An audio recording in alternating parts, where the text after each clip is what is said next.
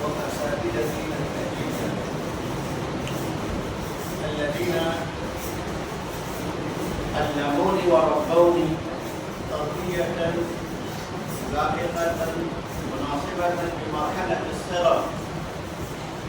هي المرحلة التي تعد من أصعب المراحل في التعليم والتربية. أشكر أساتذتي الذين شرفوني بالدعوة للحضور إليكم. أولا أقدم إليكم التهنئة النابعة من القلب من هذه المناسبة،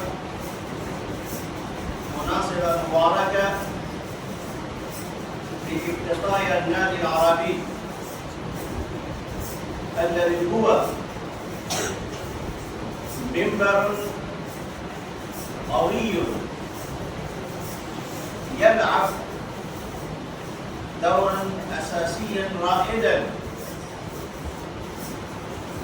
في تنمية المهارات الكتابية والخطابية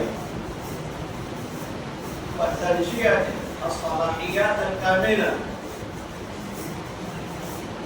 وهذا المنبر له دور كبير في إعداد الأدباء والكتاب باللغات المختلفة، اللغة العربية والأردية والإنجليزية. فهذه الفرصة فرصة طيبة مباركة تبعث على عاطفة المشاركة في مثل هذه البرامج الثقافية والأدبية والعلمية التي لها فضل كبير في تنمية اللغة العربية كتابة وخطابة وحوارا. وأهنئ الطلبة الذين قدموا كلماتهم القصيرة البليغة في هذه المناسبة، مما يدل على دور الأساتذة في إعدادهم إعدادا علميا وثقافيا وخلقيا.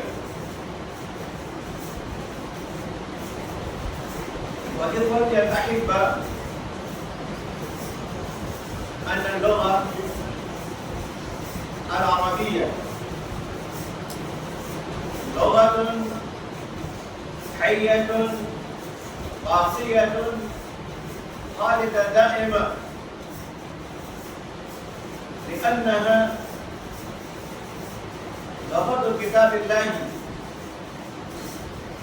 الخالد المنزل من الله تبارك وتعالى. وهذا الكتاب السماوي الأخير يكون باقيا دائما إلى أبد الآباد. وهذه اللغة العربية أيضا تكون خالدة باقية تلف دورها في مختلف مجالات الحياة الإنسانية. واللغة العربية أصبحت أخيرا بسبب أن العالم كله أصبح قرية واحدة الثورة التكنولوجية أو النظام العالمي الجديد أو بنظام العولمة. وهذا النظام العالمي جعل العالم كله قرية واحدة نتحاور ونتواصل في ثواني ودقائق، من الهند إلى أمريكا وأفريقيا، لا يستغرق الوقت إلا ثواني أو دقائق. فهذه الحالة أو الوصف المتغير قد وفر لنا فرصا جميلة كثيرة للاستفادة والانتفاع باللغة العربية في مجال الاقتصاد وكسب المعاش، مع أنها اللغة العربية ودراستها وتعلمها لها مكان عند الله ويثاب على تعلمها، كما أنتم تسمعون وتعرفون فضائل كثيرة تذكر وتبين أمامكم في مناسبات مختلفة. فإخوتي الصغار، نظرا إلى وجوهكم النيرة الطيبة، كأنكم في صغركم لا تفهمون هذه اللغة، فأريد أن أتكلم بلغتكم الأم لكي تستفيد وتنتبه بهذه الكلمات التي تقدم أمامكم. فأنا أعتقد إلى أساتذتي إلى هذا التحول من اللغة إلى الأردية. میرے عزیز طلباء، محبت یہی کہ عربی میں بات کی جائے، لیکن بلاغت کا ایک اصول بھی ہے کہ اگر کلام سدائے حال کے مطابق نہ ہو تو وہ کلام اپنی افادیت کھو دیتا ہے۔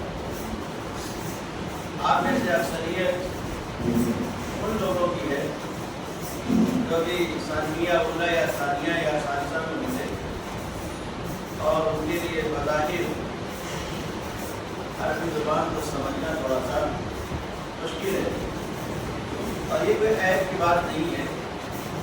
ابتدائی مرحلے میں ہر انسان کو یہ مرحلہ پیش آتا ہے۔ تو میرے عزیزوں، دو تین باتیں آپ کے سامنے عرض کروں گا، اور میں نے بھی اسی مدرسے میں تعلیم حاصل کی ہے۔ یہ اس دور کی بات ہے جب کچھ نہیں تھا، ایک چھوٹی سی مسجد تھی اور ایک ٹیو شیڈ پڑا ہوا، بہت تبدیلی آ گئی ہے۔ کہنے کا مقصد یہ ہے حالات کے اعتبار سے اس وقت کہ یہ سوشل میڈیا کا دور ہے اور ہر طالب علم کے پاس موبائل موجود رہتا ہے، نہ بھی ہو تو کمرے میں رہتا ہے، کسی ایک ساتھی کے پاس ہوتا ہے، بہت سی چیزیں وہ دیکھتا اور سنتا ہے۔ اس وقت مدارس اور دینی تعلیم غیر نہیں اپنے ہی اس پر طرح طرح کے حملے کرتے ہیں۔ مدارس کی کیا افادیت، دینی تعلیم حاصل کرنے سے کیا فائدہ ہوگا، عربی پڑھ کر آپ کیا سیکھ سکتے ہیں۔ یہ ایسے شکوک و شبہات ہیں، بعض نہ سمجھ لوگ اس طرح کی مہم چلاتے ہیں، ہمارے سے ان کے کیا مقاصد ہیں، لیکن ایک کچا ذہن جو آپ شروع میں ہوتا ہے اس کو سنتا ہے، تو واقعی ہم دیکھتے ہیں پڑھنے کے بعد کیا کمائیں گے، کیا کھائیں گے، کیا کریں گے، والدین کا حق کیسے ادا ہوگا، اپنی زندگی کیسے گزرے گی، یہ تعصب پیدا ہوتا ہے حالات کی وجہ سے۔ اس سلسلے میں آپ دو باتیں ہمیشہ ذہن میں رکھیں کہ آپ جو علم حاصل کر رہے ہیں یہ خدائی علم ہے، خدا کا دیا ہوا علم ہے، اس کے رسول کا لایا ہوا علم ہے، اور اس علم کا مصدر قرآن مجید اور سنت رسول ہے۔ اللہ نے اپنے کلام کی حفاظت اور اس کی بقا کا وعدہ کیا ہے، کچھ بھی ہو جائے کوئی اس کے کلام میں تحریف نہیں کر سکتا، کوئی اس کو بگاڑ نہیں سکتا، ختم نہیں کر سکتا، ایک حرف کا اضافہ یا کمی نہیں کر سکتا۔ حفاظت کا یہ وعدہ صرف کتاب اللہ تک محدود نہیں، بلکہ کتاب اللہ کی حفاظت، اس کی تدریس، اس کی تعلیم، اس کو پڑھانے والے اور اس کو پڑھنے والے اللہ کے اس وعدے حفاظت میں داخل ہیں کہ اگر آپ نے سچی نیت سے رضا الہی کی خاطر دین کی خدمت کے لیے اس علم کو حاصل کرتے ہیں تو آپ ضائع نہیں ہو سکتے۔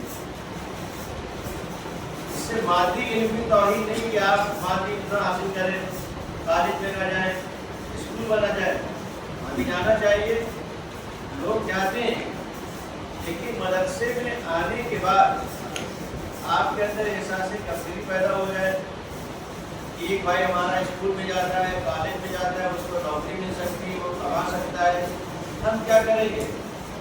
آپ دیکھیں جو اس وقت کا سروے جائزہ ہے، یعنی جو لاکھوں کی تعداد میں سول انجینئرس ہیں اور بڑی بڑی ڈگریاں ہیں ان کے پاس، تو وہ بھی اتنے ہی پریشان حال ہیں جو تانا یا تہمت اہل مدارس کو کی جاتی ہے کہ آپ ان کو دیکھیں گے سول انجینئرس ہیں، 12 گھنٹے کام کرتے ہیں، 6,000 میں، 8,000 میں، 10,000 میں، اور بہت سے زیادہ بھی کام کرتے ہیں۔ اگر مادی علم سے رزق اور اچھی زندگی مربوط ہوتی تو پریشان کیوں ہوتے ہیں؟ ان کے پاس علم ہے، ڈگری ہے، کچھ کر سکتے تھے۔ معلوم ہوا کہ رزق کا نظام یا اس کا حصول یہ اللہ کے اختیار میں ہے۔ قرآن میں جگہ جگہ اللہ اپنے بندے کو ایسی جگہ سے رزق دے دیتا ہے کہ وہ گمان نہیں کر سکتا۔ اس کے اندر بہت سے لوگ بہت کوشش کرتے ہیں، پیسے خرچ کرتے ہیں، لیکن ان کی غربت یا ان کا پروپاگنڈا دور نہیں ہوتا۔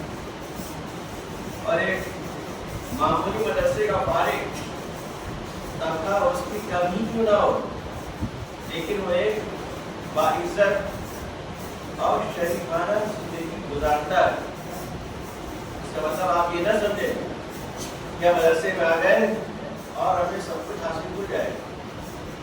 محنت ہر جگہ شرط ہے۔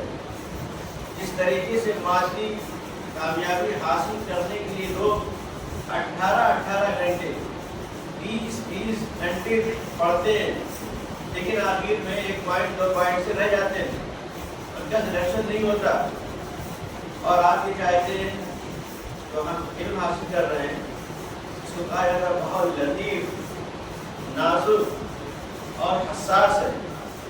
یہاں تک کہا گیا ہے کہ یہ اتنا حساس یا بخیل ہے کہ آپ اپنا سب کچھ اس کو دے دیں تو جب کہیں جا کر تھوڑا دیتا ہے، اور تھوڑا جو خطرے میں رہتا ہے، اگر آپ نے اس علم کی ناقدری کی، توہین کی، اس کا قدر نہیں کیا تو علم جو ہے وہ چلا جاتا ہے.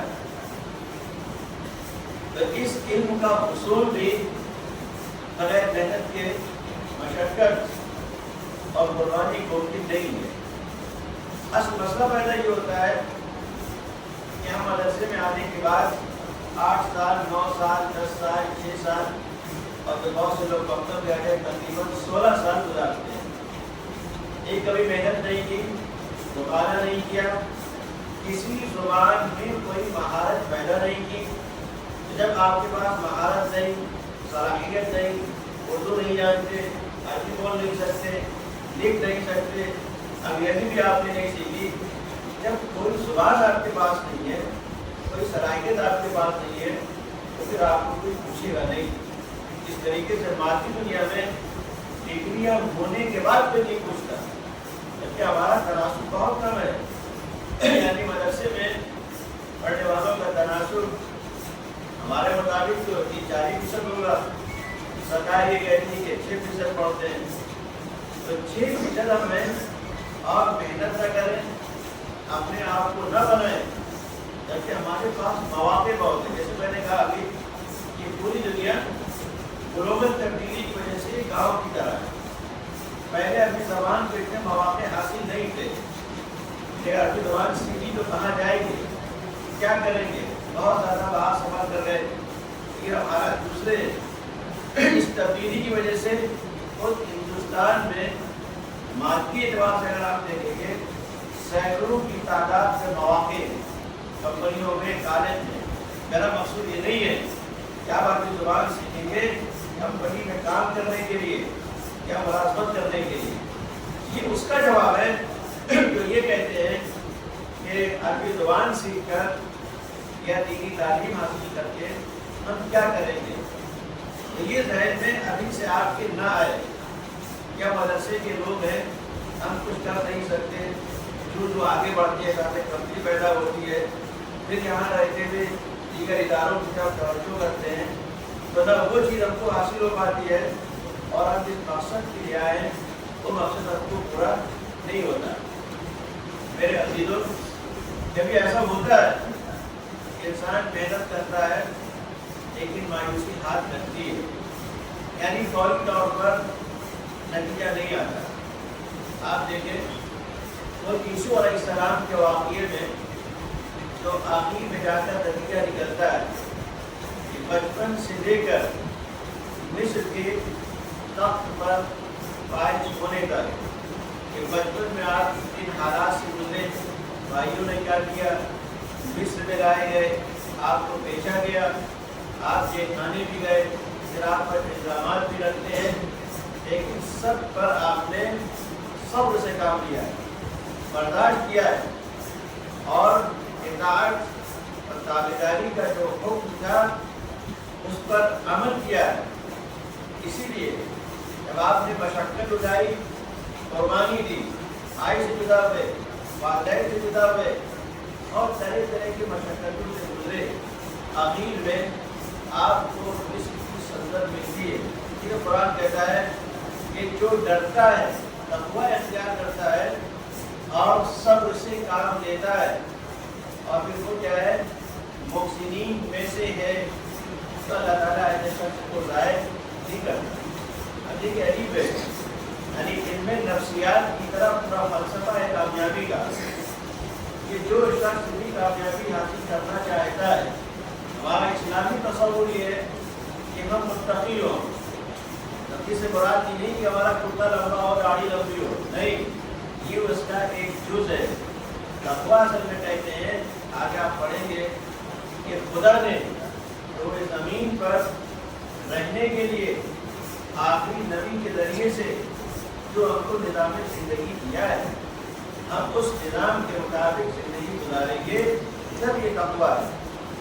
اگر ہم اللہ کے بتائے ہوئے طریقے کے مطابق زندگی گزاریں، احتیاط کرتے ہیں، منہیات سے رکیں، گناہوں کے قریب نہ جائیں، برائیوں سے دور رہیں، پھر آتا ہوا یصبر، صبر کرتا ہے، یعنی جو اس کا مقصد ہے. آپ نے خواب دیکھا تھا تو انہوں نے چار بھائیوں کو دیکھا کہ ان کے سامنے سجدہ کر رہے ہیں. یہ علامت تھی کہ آپ کو ہے کہ اوور اختلاف حاصل ہوگا اور لوگ آپ کے تابع ہوں گے. وہ ہے کہ ایک منصوبہ اور ایک منزل اور مقصود تھا کہ ہمیں اس منزل تک پہنچنا ہے. اس کو کہتے ہیں کہ پہلے ایک ہدف اور ٹارگیٹ متعین ہو، پھر اس کے لیے آتا ہے جو مسلسل کوشش کرنا. اس میں آپ دیکھیں کہ کتنی حالات سے وہ گزرے ہیں. کہیں پر توہین ہے، کہیں پر مارا جاتا ہے، کہیں پر ڈالا جاتا ہے، لیکن زبان پر کبھی شکوہ نہیں ہے. سب اسے کام کیا. وہ ہے کہ اللہ تعالیٰ نے کہا ہے کہ ایسے کرنا ہے تو نتیجہ ان کا نکلتا ہے. ایک لفظ احسان کبھی آیا ہے. احسان کا مطلب یہ نہیں ہے کہ کسی کے ساتھ اچھا معاملہ کرتے ہیں، یہ احسان ہے. ایک احسان وہ بھی ہے کہ عمر نے بیان کیا ہے کہ دنیا میں آپ اس طریقے سے گزر جائیں اس طریقے سے ایک مسافر گزر جاتا ہے یا کانٹوں کے راستے سے گزر جائے اور آپ کا دامن اس میں نہ اٹھے. ایک احسان یہ بھی ہے کہ آپ اللہ کی عبادت ایسے کریں کہ تصور رہے کہ اگر آپ نہیں دیکھ رہے ہیں لیکن وہ آپ کو دیکھ رہا ہے. جب یہ تصور رہتا ہے تو پھر عبادت کرنے والے کا ذہن ادھر ادھر نہیں جاتا ہے، خدا کی طرف رہتا ہے. علم و تعلیم میں احسان یہ ہے کہ ہمیشہ افضل سے افضل تر کی تلاش. مثلاً ہم طلبا ہیں، تعلیم کے میدان میں آج میں نے 10 صفحے پڑھے. اب تک جذبہ ہمارا یہ کو 12 پڑھنا ہے، پھر 20 پڑھنا ہے، پھر 25 پڑھنا ہے، ایسی پڑھنا ہے. ہم نے بھی ایک کتاب پڑھی، اب یہ کوئی دوسری پڑھنا ہے، تیسری پڑھنا ہے،